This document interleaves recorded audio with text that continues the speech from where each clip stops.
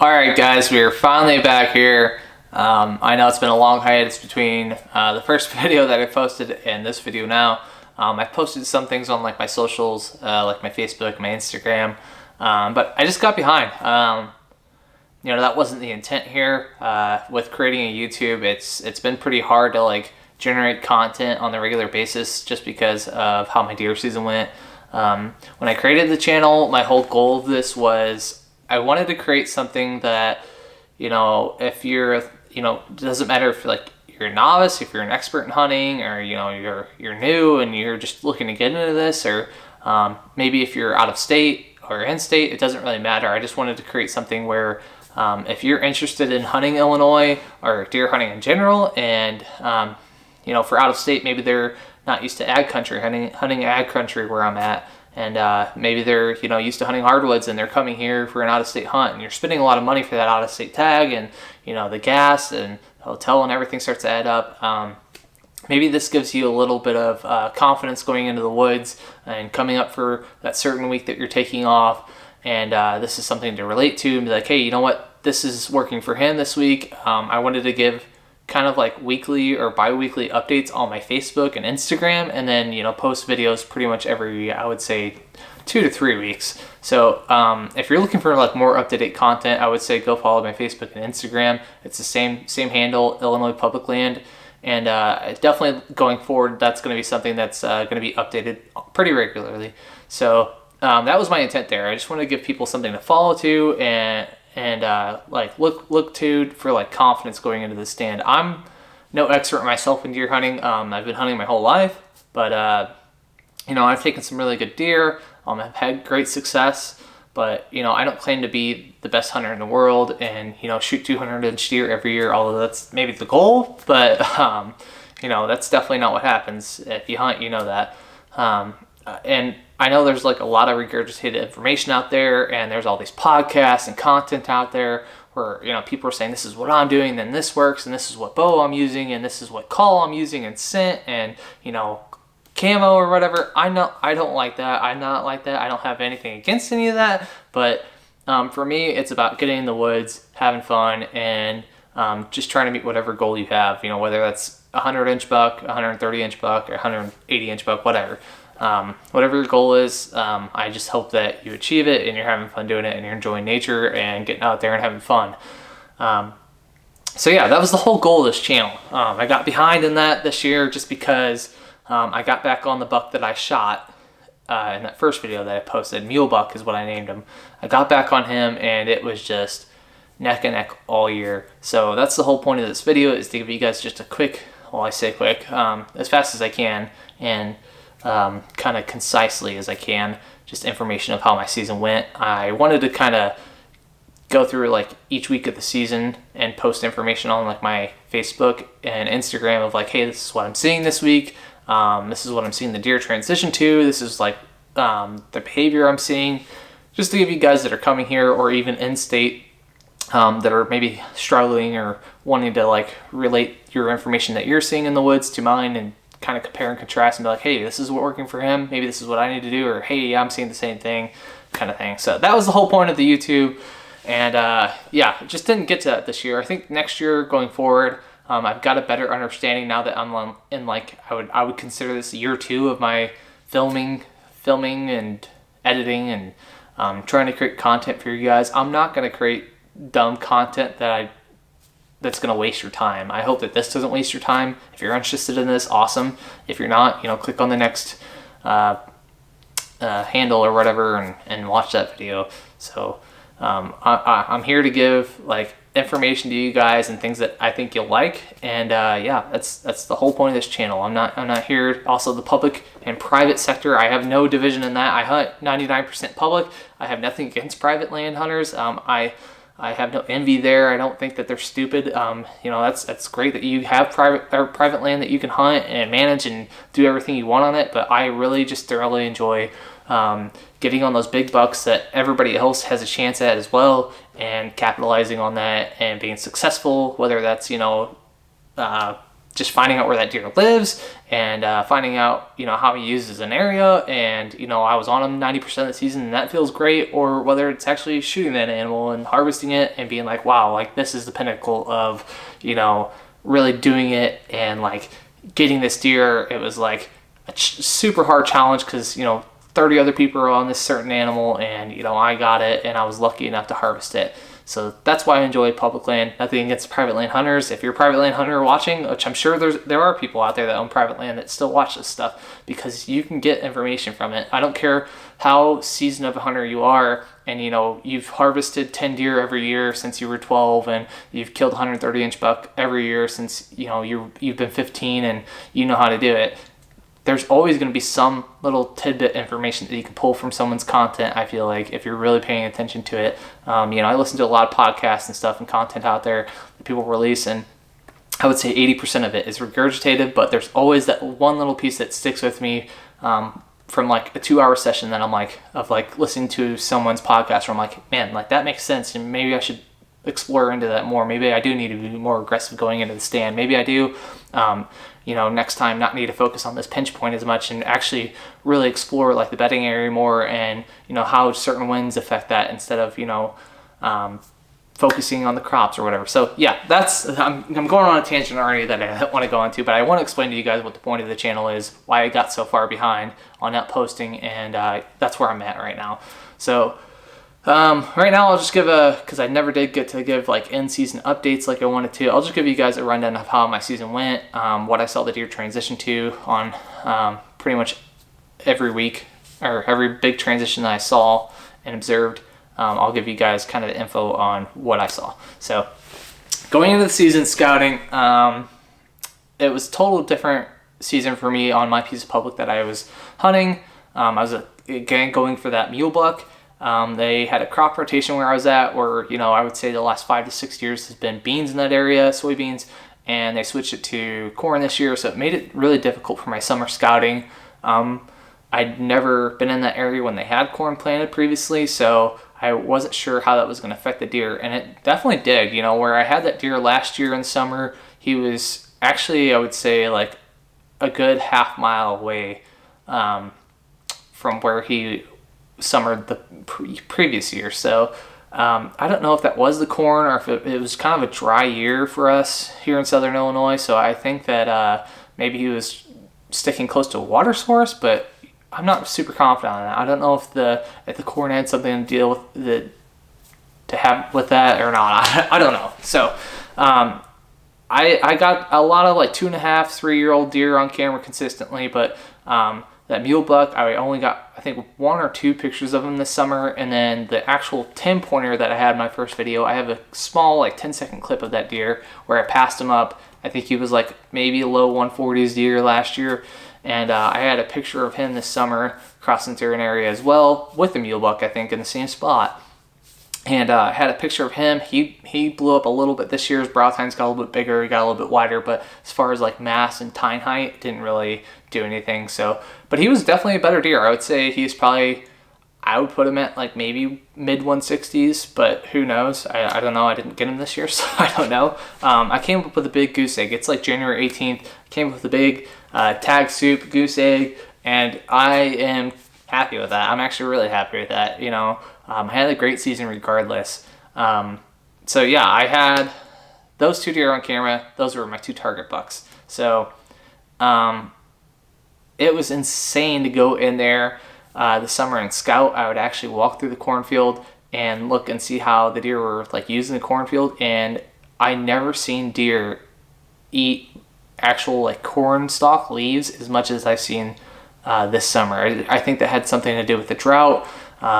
They were just demolishing this corn. I actually felt bad for the person that was farming that area because these like back corners, these cornfields were like everything else was head height, and I would go into these back corners where these deer would be going in certain small areas, and it would be like either knee or waist height, and the corn would just be decimated. It was insane. So that's what the deer are targeting this year. I hope it switches back to beans, but we'll see.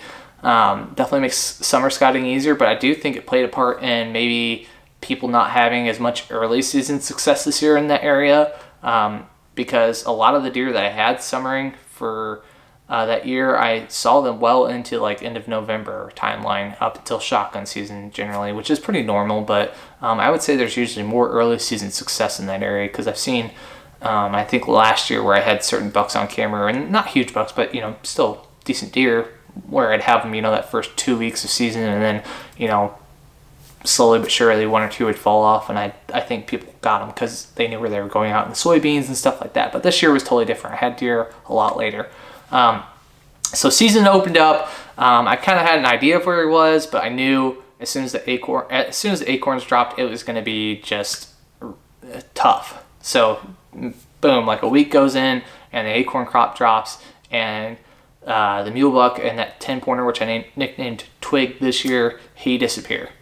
And there was just like acorns everywhere. I'd pull into the parking lots to go hang cameras and move cameras, and it just felt like you were like on ice skates or something, because the acorns were so massed up.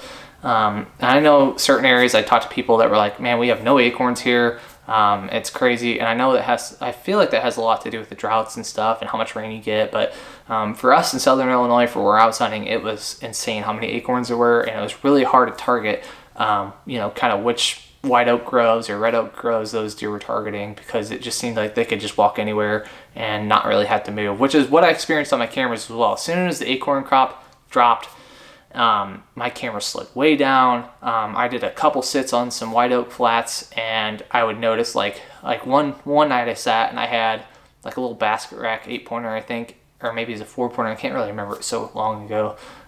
He fed around my tree for almost an hour and a half and probably didn't move 20-30 yards. And I knew at that point I wouldn't say I was wasting my time hunting that portion of the season, but I was really kind of pressing my luck. I think I was doing more harm than good. I'm always kind of the optimistic person where, you never know, that sit could be the one where that 200-inch deer walks right to your white oak, and he's right under your stand and he's doing that for an hour and a half and you get him. But I really felt like that part of the season I was kind of almost wasting my time for that 2-week period. So into that 3rd week of October, deer were still eating acorns, obviously, but testosterone starts to pick up that time, and you start to see deer transitioning to like making a lot of scrapes and starting to hit kind of those bedding areas and look around, and that's what I experienced through my cameras. I finally got mule buck pretty consistently on a spot that I had him last year.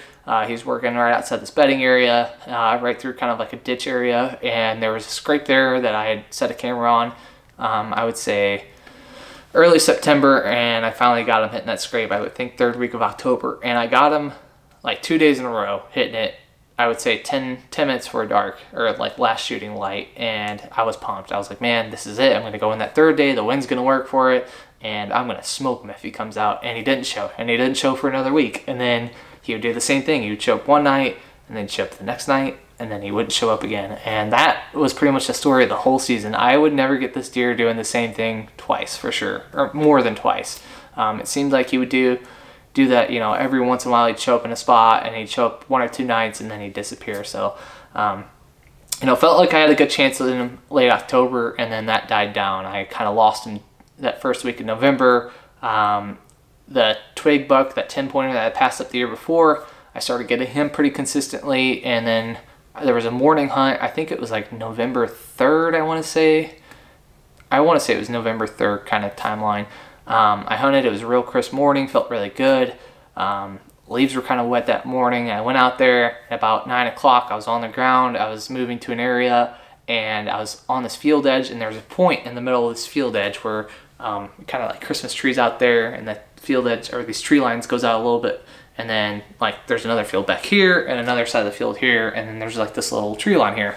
And I was walking that tree line, and I looked up, and he was maybe 50 yards, and he was walking right towards me on this tree line, and I was like, man, if he keeps walking this way, I'm gonna shoot him. He looked good. I felt pretty confident about it. Felt I was gonna be really happy with that deer. I actually would have been happy with him the year before, but I just knew he was 3.5 looking. So I was like, man, another year or two, this could be a real giant. And I mean, he blew up this year, and I would have been happy with him. So he starts coming my way, and then he turns and he just walks into this like bush honeysuckle area, and he walks in there, and I'm like, man, I'm not gonna get him now. He's gonna walk straight into the woods now. And he ended up skirting the edge of this field, but like on the wood side of it in this bush honeysuckle, and he was 10 yards away from me just walking, and he was grunting every step. My wind is blowing directly towards him, and I don't know, I think he was just so rutted up that he didn't care at that point. And I just watched him walk past me, and I knew there was a scrape that I just passed where I have a camera actually, and I figured maybe he's gonna jet back out, and I was like, man, and I ranged it real quick, and it was 30 yards right to that tree exactly. And I was like, man, if he steps out there, I have a good chance. And sure enough, he turned and came right to that scrape, and he's hitting it. And I'm like, man, he's in the wide open. I have nothing to worry about. I mean, there's some tall grass, like cool season grasses in there that have grown up a little bit, and you know, the occasional like ragweed or whatever, you know, tall stem stuff, kind of in the way, but not really. You know, I could see his vitals pretty clear, and I felt confident about it. So drew back. As soon as he stepped out, he's hitting that looking branch or whatever, and I felt so good. I remember even thinking, I anchored it behind my chin there, and I was like, man, this is it. I'm about to smoke this deer 30 yards. This is such a cool hunt. I actually might have the audio from it. I'm not sure. If I do, I'll put it in right here. But yeah, it happened so fast. I was on the ground. I just ended up putting my tripod down, and he was working around me, and he was so close that I didn't want to move the camera. So that explains the audio part of it, not getting him on film. But he's hitting that scrape. I let go. Arrow looks good. It's flying right to the ribs, and it gets about, I don't know, 10, 15 yards, halfway there, and it just hits something. I could see a little branch hit, and it just darts off to the left, and it hit him in the neck. And as soon as it hit him, I think he dropped, and then he turned, and he ran into that honeysuckle, and he was just hitting everything he could. I honestly thought, you know, with the next shot, you kind of got a 50-50 shot of hitting, you know, either the spine or, you know, one of the arteries or the esophagus or something like that. Maybe slow him down, maybe get a second shot. So I felt actually kind of confident that, you know, maybe I actually hit something there and I might find him. So either way, I went in there, tried to find my arrow, couldn't find it. Backed out immediately. I always back out no matter if I think the shot's great or not. I'm always going to back out a little bit, give the deer a little bit of time to expire. Gave him 3 hours, came back in there around noon or 1 timeline, and started looking around for blood, found blood, and it was just kind of streamlined. And I thought, well, maybe that's an artery hit, you never know. Followed that for about 300 yards, and it slowly started dying out, and it got darker. Kind of thought it was muscle blood, and it just kind of pitter-pattered out, and that was it. And I knew I had a ton of cameras in the area, so I felt pretty confident if he was still alive, I'd get a picture of him within the next 2 days. But decided to come back the next day, early in the morning, grid search. And I don't really care about blowing out like areas. I think that people end up walking through them anyway. From what my cameras have shown the last 2 years, you can have the best spot in the world where you think no one touches, and it's like thick and no one's ever going to walk through there. People end up walking through it eventually. So I don't really care about blowing out areas, especially if I'm looking for a deer that's potentially wounded and maybe dead. I don't want to let it expire. So walked a bunch of areas, grid search, never did find him. And I think 2 days later I got a picture of him, and you could actually visibly see like where it hit him. It looked like it was all meat. I didn't really hit anything vital, so I felt pretty confident he was going to make it. And yeah, that was that hunt. Cool experience. Looking back on it now, the only thing I really could have done was maybe be more aware of my surroundings. I really thought I had a clear shot at him just because he stepped out into that open field. There was one small like dead branch of bush honeysuckle that got turned over when they mowed this field, and it was sticking right up where his vitals were, and I hit a small twig there. So that's why I nicknamed him Twig. Yeah, it sucked, but I mean, it's part of it, man. That's 2 deer in a row that I've messed up on. So just got to keep getting at it, and that's what I did. I hunted the rest of the season. Shotgun season was next. I couldn't hunt opening morning, or I could have hunted opening morning of shotgun season, which is on a Friday. I didn't have first weekend shotgun tag. I had a muzzleloader tag, which muzzleloader season you can hunt with a muzzleloader tag. You can hunt second weekend of shotgun season here in Illinois, and then muzzleloader season. So that first weekend was kind of void. I was like, I'm not really getting much on camera anyway. And sure enough, opening day of shotgun season, Mule Book shows up, broad open daylight at like 7 o'clock in the morning, and he's walking through. I get a picture of him walking through like the wide open field, and I'm like, yeah, that's probably it, man. That's probably the end of his story if he's walking through a wide open field on public in the middle of shotgun season opening morning. And then I think 4 o'clock or 4:30 that afternoon, I had another picture of him going through the same field, just walking right in the wide open at 4:30 on that afternoon, and I was like, there's no way there's somebody not hunting on a Friday afternoon of shotgun season, public land, wide open field. I was like, a buck of that caliber is not going to make it across that field, and somehow he did. And he did the same thing on muzzleloader season. I got through there in muzzleloader season. There was a day I was supposed to hunt. I was going to hunt that afternoon, but decided, you know what? I ended up spending the day with the wife, and I got the same thing at like 3:30 or 4 o'clock. He was coming through a wide open field on muzzleloader, and I know there's several people hunting in that area, so just weren't in the right spot at the right time, and he slipped right through there. Some deer are just really lucky about that kind of stuff. I don't know how. He must have like the inner feeling of when people are close or when they're in an area, and that deer's got it, man, because he did that several times throughout the year. So muzzleloader season comes and goes. I think Thanksgiving, that was when I kind of saw, I would say like the second coming of the rut. I saw a lot of deer actually chasing around the time I actually had meal buck at like, I would say 30 yards, but it was like in that thick bush honeysuckle. He was with a doe. And I knew he was there. I knew he was with a doe. He was running off several other bucks in the area, but never could get a shot of him. 10 minutes after I left that night, I had a picture of him coming right past my camera where I was hunting. So, that's just how it goes, man, with those giants. And then after that, I think the only other thing I had was twig buck, the 10-pointer. I kind of had him figured out at that point in the season. I knew right where he's coming through. I was getting a ton of pictures of him, and I kind of decided at that point, as much as I would be happy with him this year, I think next year this deer could be as well a really big deer if he keeps going the way he's going. If he makes it through the year and he sticks around, I kind of decided at that point, you know what, he made it through that experience. If he can make it through the rest of the season, he's in an area where not a lot of people are going to hunt. I'm not getting a lot of pictures of people hunting that area, and I think that I've got a good chance of this deer making it through, so I'm not even going to really hunt him. I'm getting mule buck pretty consistently on camera. That's a deer that I've set that was like my number one buck, so I was like, you know what, I'm going to divert all my attention on this deer and go after him, and hopefully twig buck makes it through the year. And that's pretty much how the rest of the season went. I hunted all late season. Noticed that this deer was, mule buck was really hitting like the greens. There were some, I don't know what it's called. I need to look it up. It almost looks like a Brascus, but it's like a natural growing, it looks like a turnip top almost too.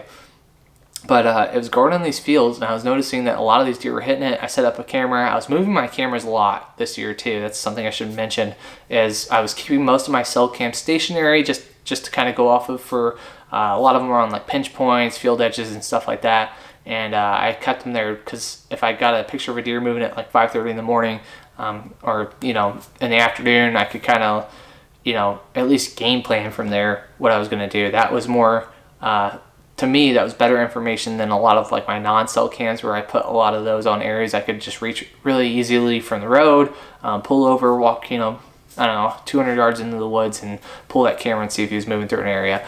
I was constantly moving my non-cell cams throughout the year. Like every week, I feel like I was constantly moving around, chasing these deer around, and it actually helped me a lot. I was always a step behind, but I feel like it honestly helped me a lot stay on these deer with moving these cameras so much. And I know there's a lot of information about people saying, oh, if you go in there, you're going to spook deer, and they're going to smell your scent, and they're going to move out of the area. I saw the exact opposite. I saw that I could continually kind of like track down where these deer are moving to, different patterns, different food sources, different bedding areas they're using, and it helped give me a lot of information going into next year, especially for like certain winds that the deer are using, certain bedding areas. And so I noticed the deer were really hitting greens at the end of the year. We had that really, really hard freeze.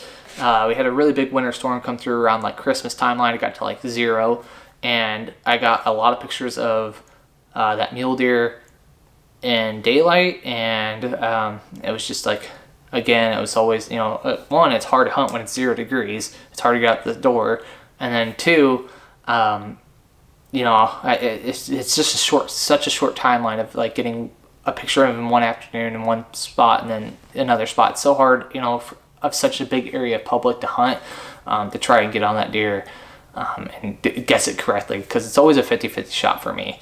It seemed like I would hunt one bedding area and he'd show up in the other. So that's kind of how the whole rest of the season played out. Going into late season, the last like 2 weeks of season, I was still consistently getting pictures of him, but he was moving a lot. You know, I had a south portion of public I could hunt that I would say was his like main area, and I'd get him going into these green fields, like last light. I mean, like the last couple minutes of light, or you know, in the dark some days. I would get him moving into that area, and then you know, the next afternoon I'd have him a half mile away. There's an area in between these two spots where he can't hunt, and I try to follow those rules. I try to, you know, play by the rules as best as I can, as we all do. And you know, I'd park on the other side, on the north side, check my cameras there, and I'd have a cell cam up there, and I'd have them at like 5:30 or 5 o'clock, you know, right before shooting light, moving off to the north, coming south towards these green fields. So it was like back and forth, back and forth. I don't know. A lot of it was playing like the wind. I noticed that he was betting based on the wind, but most of it I just think played into like, was there car traffic coming in that morning? Was there car traffic late that afternoon where he was like, oh, I'm going to stay more to the north or come all the way to the south? I think that played a lot into it, as well as the wind for picking where he was going to come out, betting areas. So yeah, we just played that game pretty much the whole season, and that was it. The last day of the season, I hunted, and I had Twig again at like 100 yards. I saw him with a big group of does. He was at the very end of it. These does were kind of feeding off, I guess you'd call that catty corner, or diagonally towards me. And I had most of them at 30, 40 yards, and he was kind of coming along with them going towards these greens. And the does were just kind of, you know how does can be sometimes, where they're a little jumpy, a little skirmish, and they were kind of like every couple minutes jumping like that. And you know, they knew something was up, and the buck would put his head up, and I think I ranged him at like 56 yards. I had him at 56 yards. I felt pretty confident shooting out to 60. I shot out to 50 that day in the parking lot, and it was hitting like beer can size, you know, groups, and I felt very confident shooting out to 50 for sure.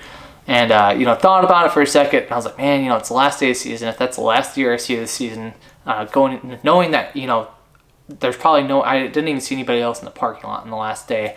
I felt very confident, and I felt very good, like going into the following year, that, you know, this is the last year I'm going to see, and hopefully potentially that's the next year I get is that one. So let them all feed through, and that was it. That was my season.